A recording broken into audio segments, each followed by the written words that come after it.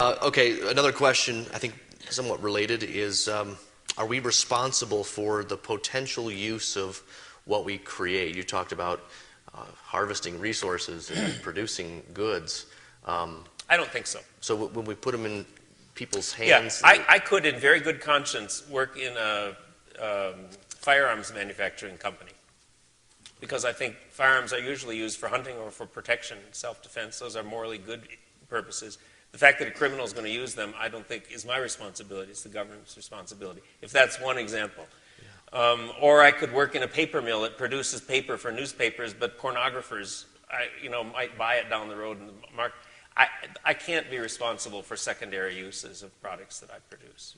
I mean, people could take my systematic theology and hit each other over the head with it. It could be dangerous.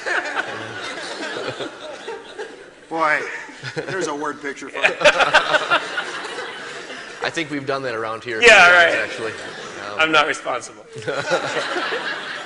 And I would say this, that there might be a situation, let's say, predominantly in the South, where many Christians historically have been involved in the tobacco industry, where there might be a true moral struggle when they look statistically at the numbers of people who are dying, the disease, the health costs, all of that, who might have to come to terms with, should I really be part of this or not? And that's a good example. I don't think I could, in good conscience, work for a tobacco company, because I think that the harm is much greater than... And I know there are personal liberty issues and freedom of choice, but I couldn't personally do that. Or own stock in a tobacco company.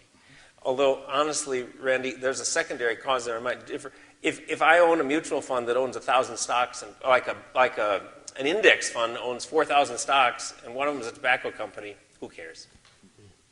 That doesn't bother me. It might bother you.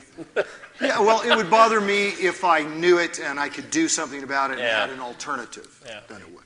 Right. Another question is, what economic systems are more biblical than others? Are there any that are completely biblical? Are there any that are completely unbiblical?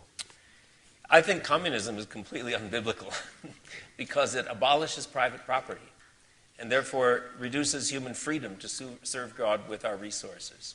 And so it's a dehumanizing system of government. And I've been in communist Russia, and I've been in communist China. And communism is less intense now in China than it was, but it's evolving. But I think those are both... Communism is an evil system, and it's destructive. And I think that there are good arguments for saying that, number one, there should be ownership of private property allowed in a society, that property belongs fundamentally to individuals, not to government and not to society. Therefore, I'm not a communist, and I'm not a socialist. And number two, I think there should be, that the Bible values not slavery or bondage, but human freedom, freedom to make choices and to follow God or disobey Him as people choose. Once you have private ownership of property and you have a value on human freedom, you basically have a free market economy.